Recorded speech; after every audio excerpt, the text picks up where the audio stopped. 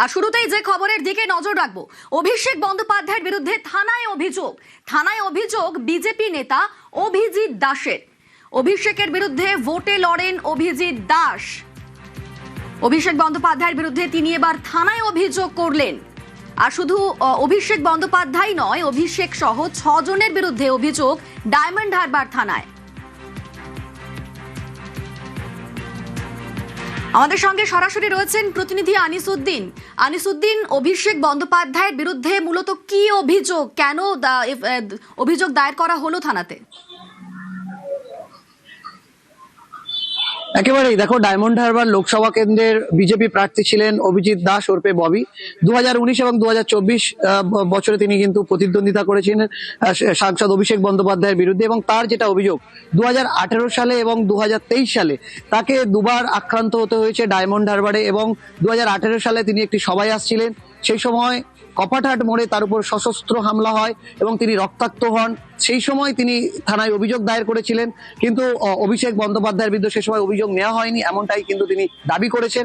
এবং রাজ্যের পালাবদল হয়েছে, ফলে তিনি তার উপরে ঘটে যাওয়া যে ঘটনা, তিনি তার পুনঃতদন্ত চেয়ে গতকালই ডায়মন্ড হারবার থানায় অভিযোগ দায়ের করেছেন, যেখানে তিনি অভিষেক বন্দ্যোপাধ্যায় এবং তার আত্মসহায়ক সুমিত রায় সহ মোট 6 জনের বিরুদ্ধে অভিযোগ দায়ের করেছেন। তার যেটা দাবি যে 2018 সাল এবং 2023 সালে তিনি যখন ডায়মন্ড হারবারের সভাতে আসছিলেন, সেই সময় কপাটহাট মোড়ে তার উপরে প্রাণঘাতী হামলা করা হয় এবং পূর্ব পরিকল্পিতভাবে এই হামলা করানো হয়েছিল। সেই সময় অভিযোগ দায়ের করলেও সেভাবে প্রশাসন কোনো ব্যবস্থা নেয়নি, তাই রাজ্যে পালাবদল হয়েছে। তাই পুনরায় তিনি এই ঘটনার পুনঃতদন্তের দাবি জানিয়ে গতকালই ডায়মন্ড হারবার থানায় অভিযোগ দায়ের করেছেন। বেশ, ধন্যবাদ আনিসুদ্দিন। 2018 আমি যখন জেলা সভাপতি ছিলাম, সেই সময় আমাকে অ্যাটাক করা হয়। অভিষেক ব্যানার্জির জন্যই আজকে আমি পঙ্গু হয়ে গেছি, কারো সাহায্য ছাড়া সিঁড়ি দিয়ে উঠতে পারি না। সে সময় কি বিভৎসভাবে আমাকে অ্যাটাক করা হয়েছিল। পুরো প্ল্যান ছিল অভিষেক ব্যানার্জি এবং ওর পিএ সুমিত রায়, এবং তার সঙ্গে ছিল মেহবুব গায়েন, গৌতম অধিকারী, জাহাঙ্গীর, এরা তো সব ছিলই। তখন অভিষেক ব্যানার্জির নাম ছিল বলে তখন এফআইআর নেওয়া হয়নি, এবং যারা অ্যাটাক করেছিল উভয় পক্ষের এগেনস্টেই যাতে অ্যাকশন নেওয়া হয়, সেই জন্য আমি কমপ্লেন জমা দিই। নবান্ন রাজ্যের প্রশাসনিক সদর দফতর। তৃণমূল আমলেই মহাকরণের পরিবর্তে নবান্ন হয়ে ওঠে রাজ্যের ক্ষমতার ভরকেন্দ্র। তৃণমূল আমলেই এই নবান্ন নামকরণ। অভিযোগ, নবান্ন নামটি নাকি চুরি করা।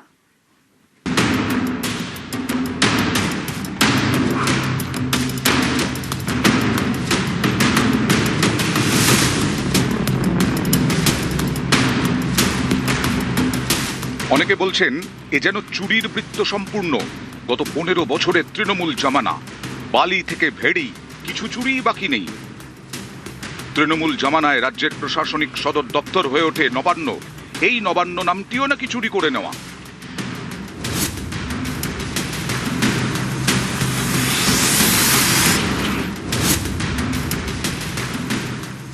এই নামেই আমার এই বিজনেসটা নবান্ন নামেই দুর্গাপুরে চলছিল। এরপর 2016 সালে গভর্নমেন্ট অফ ওয়েস্ট বেঙ্গলের থেকে একটা অর্ডার আসে। সেই অর্ডারে বলা হয় নবান্ন এবং উত্তরকন্যা এই দুটো কমার্শিয়ালি ইউজ করা যাবে না। বাম আমলে রাজ্য চলত রাইটার্স থেকে। মমতা বন্দ্যোপাধ্যায় মুখ্যমন্ত্রী হওয়ার পর মহাকরণ থেকে রাজ্যের প্রশাসনিক সদর দপ্তর উঠে যায় হাওড়ায়, গঙ্গার পাড়ে। এই ভবনের নাম দেওয়া হয় নবান্ন।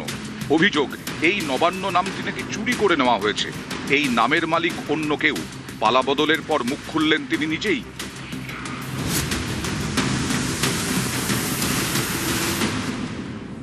নবান্ন আমার আপনার 7/9/2008 আমরা পেটেন্ট অফিসে থেকে আমরা নবান্নটা ট্রেডমার্কের জন্য আমরা অ্যাপ্লাই করি, এবং ওটা 2009 সালে নবান্ন নামটা ট্রেডমার্ক হিসাবে অ্যাপ্রুভ হয়। এরপর এই নামেই আমার এই বিজনেসটা নবান্ন নামেই দুর্গাপুরে চলছিল। এরপর 2016 সালে গভর্নমেন্ট অফ ওয়েস্ট বেঙ্গলের থেকে একটা অর্ডার আসে। সেই অর্ডারে বলা হয় নবান্ন এবং উত্তরকন্যা এই দুটো কমার্শিয়ালি ইউজ করা যাবে না। ব্যবসায়ীর দাবি, তার রেস্তোরাঁর নাম ছিল নবান্ন, পেটেন্টও ছিল তার কাছে। তারপরেও তাকে নাম পাল্টাতে এক প্রকার বাধ্য করা হয়। আমরা 2017 সাল থেকে নবান্ন থেকে আমার অর্গানাইজেশন বা আমার রেস্টুরেন্টের নাম সার্ভার করেছি। 15 লাখ টাকা বিক্রি করতে ওই 20 লক্ষ টাকা ব্রকারিজ ছিল, এগুলো নবান্ন নামে যেগুলো ছিল এইগুলোকে আমরা চেঞ্জ করে দিই। শুধু রয়ে গেছে আমার ওই কাঁসার বাসন যেগুলো, ওগুলোতে আমি আর চেঞ্জ করতে পারিনি।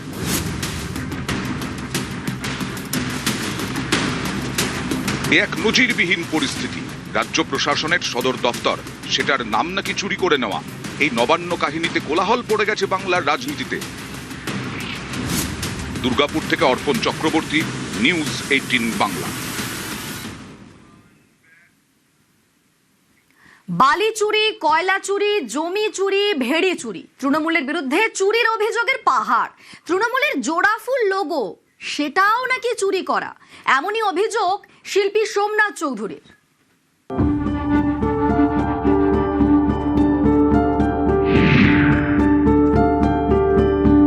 আমি অপেক্ষা ছিলাম যে কবে দাঁত নখ ভেঙে যাবে ওর, তখন আমি বলবো। বালি থেকে কয়লা, ভেড়ি থেকে জমি, তৃণমূলের বিরুদ্ধে চুরির অভিযোগের পাহাড়। রাজ্যে পালা বদলের পর একের পর এক নেতার ঠাঁই হয়েছে শ্রীঘরে। রাজ্য জুড়ে জেল যাত্রার হিড়িক। এ তো কিছুই নয়, তৃণমূলের প্রতীক জোড়া ফুল, সেটাও নাকি চুরি। এমনই চাঞ্চল্যকর অভিযোগ শিল্পী সোমনাথ চৌধুরীর। পালা বদল হতেই বিস্ফোরক শিল্পী। মমতা ব্যানার্জির ইন্টারভিউ হচ্ছে ওখানে। উনি বলছেন যে আমি দেখেছি, মামার বাড়ি যেতাম, কাশফুল দেখেছি ওখানে বীরভূম যাওয়ার সময়। তখন কাশফুলটার দেখতাম আর ভাবতাম খালি যে এটা কোনোদিন যদি জীবনে কিছু করি তাহলে আমি নিজে আঁকবো, আমার একটা পার্টি যদি কোনোদিন হয় আমি নিজে হাতে এটা করব। সেই সময় কিন্তু জানতাম মমতা ব্যানার্জি ছবি আঁকে না, ওই সময়ের কথা বলছি। তারপরে বললাম যে এটা কীরকম হলো ব্যাপারটা। এখন বাধ্য হয়ে আমি অপেক্ষা ছিলাম যে কবে দাঁত নখ ভেঙে যাবে ওর, তখন আমি বলবো। 1998 সালের 1 জানুয়ারি তৃণমূল কংগ্রেসের জন্ম। মমতা বন্দ্যোপাধ্যায়ের সঙ্গে তখন মুকুল রায়, অজিত পাঁজা, সুদীপ বন্দ্যোপাধ্যায়রা। তৃণমূলের প্রতীক ঘাসের উপর জোড়া ফুল। তৃণমূল বারবার দাবি করেছে এই জোড়া ফুল এঁকেছেন নেত্রী মমতা বন্দ্যোপাধ্যায় নিজে। তৃণমূলের অফিসিয়াল ওয়েবসাইটেও আজও জলজল করছে এই দাবি। কিন্তু অন্য কথা বলছেন শিল্পী। সেই সময়তে আমরা সবাই মিলে ছাত্র পরিষদ করতাম, তো যত পেন্টিং হতো ময়দানে সব আমি করতাম, পেন্টিংগুলো দায়িত্ব ছিল আমার। তো সেই হিসেবে অজিত পাজার সাথে আলাপ। তো অজিতদা খুব ভালোবাসতেন আমাকে। তো অজিতদা বললো যে আমার একটা লোগো লাগবে, আমি লোক পাঠাচ্ছি, তুমি চেষ্টা করো ওটা লোগোটা কী করে করা যায়। অজিতদা দেখে বললো যে না এবার ঠিক আছে, আর টিভিটা খুলে দেখো 12টার সময়, তাহলে বুঝতে পারবে কী পারপাসে ইউজ হচ্ছে। বলে অনেক বড় কাজ হবে এরা বলবো, কিন্তু তখন তোমারও একটা জায়গা থাকবে। নতুন পার্টি ফর্ম হলো, তৃণমূল নাম হলো। এরকম ধাক্কা পাইনি কোনোদিন যে আমার ছবি কেউ সই করে বিক্রি করে দেবে, বলবে আমি এঁকেছি। এই কিরম লাগে বলুন না, তখন খুব বাজে লেগেছিল।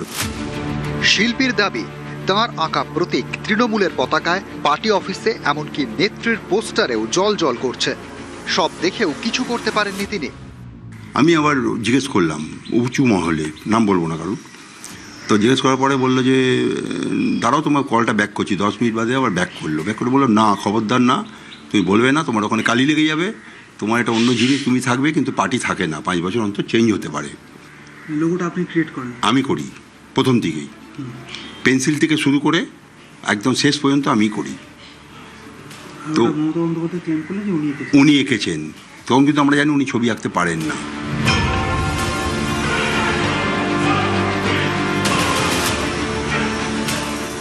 অজিত পাজা আমাকে ফোন করেছিলেন তারপরে, ফোনে বলেন যে সোমনাথ আমি তোমায় একটা কথা বলছি, যে আমি তোমার কাছে বড় হয়ে আমি তোমার কাছে ক্ষমা চাইছি, মানে জোরহাত করে বলছি, তুমি কিছু মনে করবে না। আমি জানি এটা খুব বাজে ব্যাপার হয়েছে আমাদের মধ্যে, আলোচনা না করে এটা ইন্টারভিউ দিয়ে দিয়েছে, তুমি তো জানো। বললো যে এখন কিছু করো না, বলা বলিতে আর যেও না, ছেড়ে দাও। তাই বললাম দাদা কোনো সুযোগ যদি পাই আমি কিন্তু ওটা বলবো, সব সম্মুখে নিয়ে আসবো সবার। এই জন্যেই করলাম, আমি এই অপেক্ষায় ছিলাম যে সেই সময়তে বললে আমার এখানে একটা রিভেঞ্জ নিত, ঠিক আছে, আমি পারতাম না, সেই জন্য চুপ করেছিলাম। ওই মন্ত্রী মহলে এতে তার সবাই জানে আমি এঁকেছি, কেউ কিন্তু সামনে বলতে পারতো না। ওর অফিসের লোক সব, ক্যাবিনেট মিনিস্টাররা বলছে যে ওর সামনে বলা যাবে না, এটা মারাত্মক বা অপমান হয়ে যাবো, সবাই বলেছে। সৌগতদা এখানে বসে বলে গেছে, আমি কি বলবো বলো, আর তো বলার কিছু নেই, আমরা তো একটা জায়গা নিয়ে বসে আছি। অতীন ঘোষ নিজে বলেছে আমাকে যে এরকম তোমার এটা স্বীকৃতি দেওয়া উচিত ছিল, আমার খুব বাজে লাগে, কিন্তু আমি বলতে পারিনি। 15 বছরের শাসন, দুর্নীতির পাহাড়, অভিযোগের বন্যা, এবার দলের প্রতীকটিও শিল্পীর থেকে চুরি করার অভিযোগ। কলকাতা থেকে অমিত সরকার, নিউজ 18 বাংলা।